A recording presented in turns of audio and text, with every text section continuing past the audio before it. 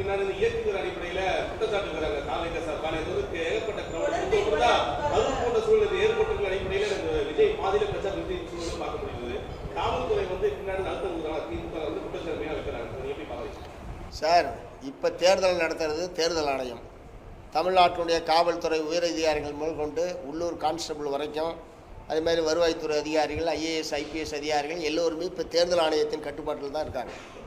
அப்படி ஏதாவது அவர் குற்றம் சாட்ட வேண்டும் என்று சொன்னால் தேர்தல் ஆணையத்தில் தான் நேரடியாக அணுகி உரிய பாதுகாப்பு வழங்க வேண்டும். பாதுகாப்பில் என்ன குறைபாடு இருந்தது என்பதை தேர்தல் ஆணைய அதிகாரிகளிடம் அவர் தெரிவித்திருந்தால் நிவாரணத்தை தேட வேண்டுமே தவிர திமுக அரசின் மீது குற்றம் சாட்ட வேண்டும் என்பதற்காகவே தேர்தல் நடைமுறைகள் நடத்தை விதிகள் என்ன என்பதே தெரியாமல் அவர்கள் இது போன்று பேசிக் கொண்டிருக்கிறார்கள்.